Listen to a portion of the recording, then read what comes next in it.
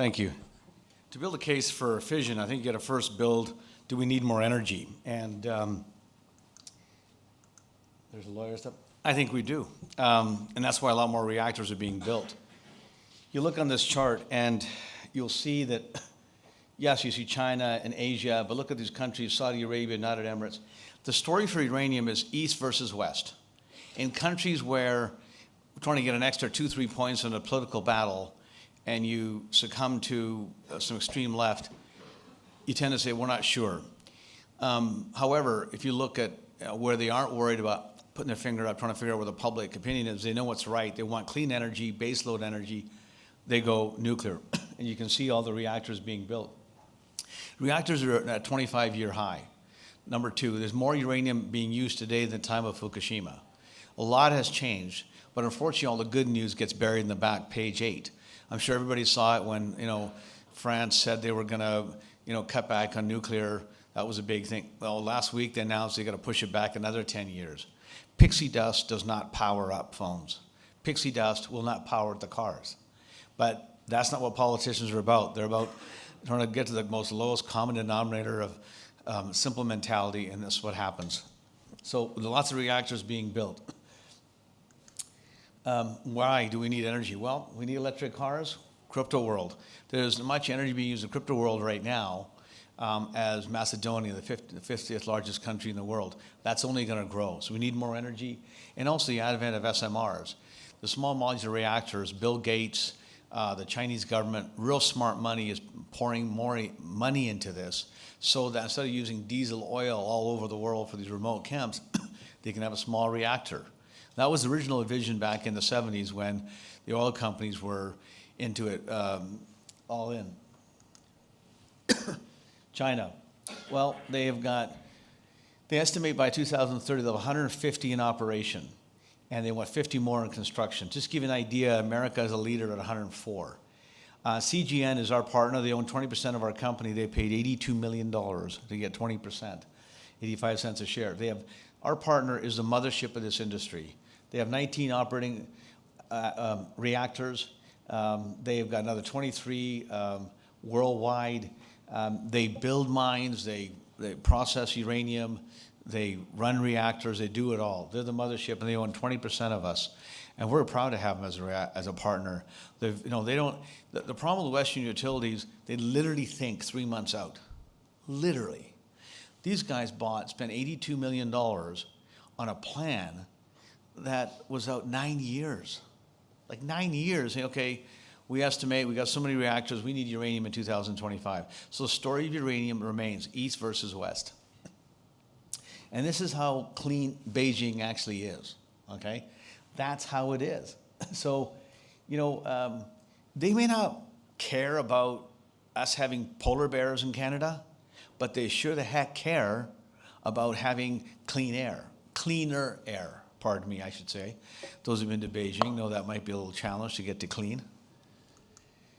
Japan is a psychological elephant in the room.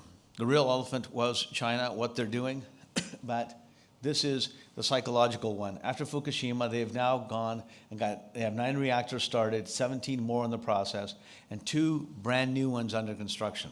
So they realized quickly, again, you can't power a country on pixie dust. You actually need energy. And when they went to buy their CGN, they had to pay 2-3 times what you and I would pay.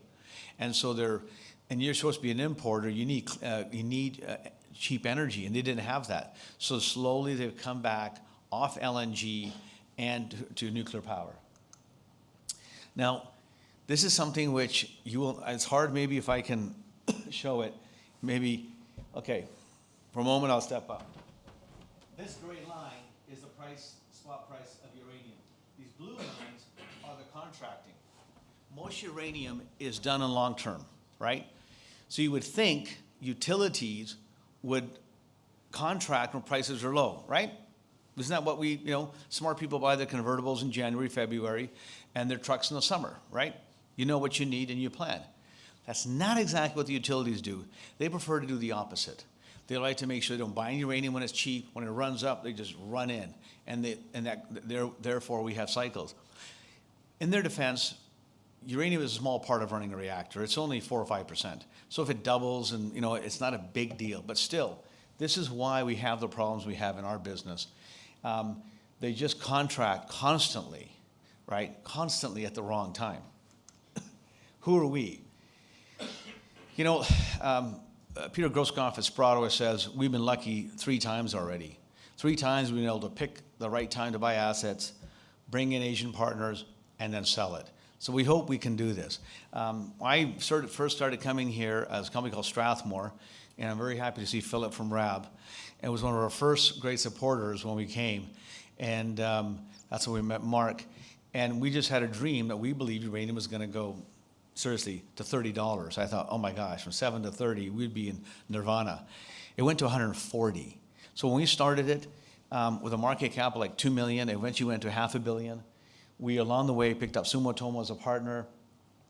In the 2007, the top of the market, we spun out our Canadian assets into a company called Fission Energy. Eventually, Strathmore got taken out. So in Fission, we were able to get KEPCO as a partner. They liked our technical team, so they joined us. We put up 100 grand, they put up 15. That's a good deal. We were 50-50. Eventually, we made a discovery under our great technical team led by Ross, and we were able to sell that zone to Denison, and we kept a small property, which became a very large property called Fission Uranium Corp. And through a takeover and stuff, we have another company. In other words, had you bought a share of Strathmore smartly, like Philip and others did in 2005 and 7, you can look in your account today, there's 4 stocks in your account. I don't know many other, mining groups can say we give dividends. We have. We've given 3. We hope we can give more. But we've been very fortunate to have a good technical team, great supporters that continue to fund us. We take the adage, we're contrarians, and that's what we're going to be. This is our bit of information. What I want to talk about is a little bit about the project. Why we won if it was a movie, we won every award. It'd be best movie, best actor, director, everything. Why? It's a once in a lifetime discovery. Lots of projects in the basin and around the world. They're big, they're close to the surface, but they're usually low grade. This is a situation where you're in Canada, a stable province called Saskatchewan. It's not just large. It's not just high grade, 2% type stuff versus 0.1 that you might get in other countries, but it's also close to surface. We just did a pre-feasibility, and we found that we can both go open pit or underground. We can have lower costs at $6.70 per pound if we're open pit, $7.20 a pound if we go underground. But we'll also, if we go underground, we save $300 million. So the economics look very good for this project. But those are the things when you're picking stocks, to me, I always ask is, have these guys done it before, and how good is this project? Well, I think we've done it before, and this project, I think, is one of a kind. We're very fortunate to have found something that ticks the boxes that when people want to take you out. When you're in uranium, the reason the shallow was really important, whoops, there's supposed to be a slide in there, that's okay.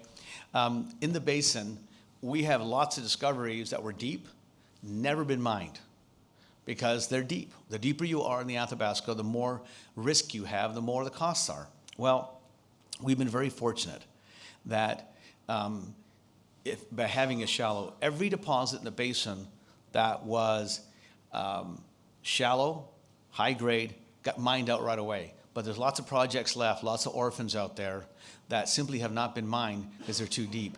The other advantage I like about being shallow is that you have more buyers. More people understand open pit and underground, and especially if underground doesn't require freezing. We don't have to freeze like other people do. Our project also doesn't have any sandstone in it. And sandstone is like a milkshake sitting on your deposit, and that's what's caused some of the problems in the past with Cigar Lake. So it ticks all the boxes, and I think we have a good team. Thank you.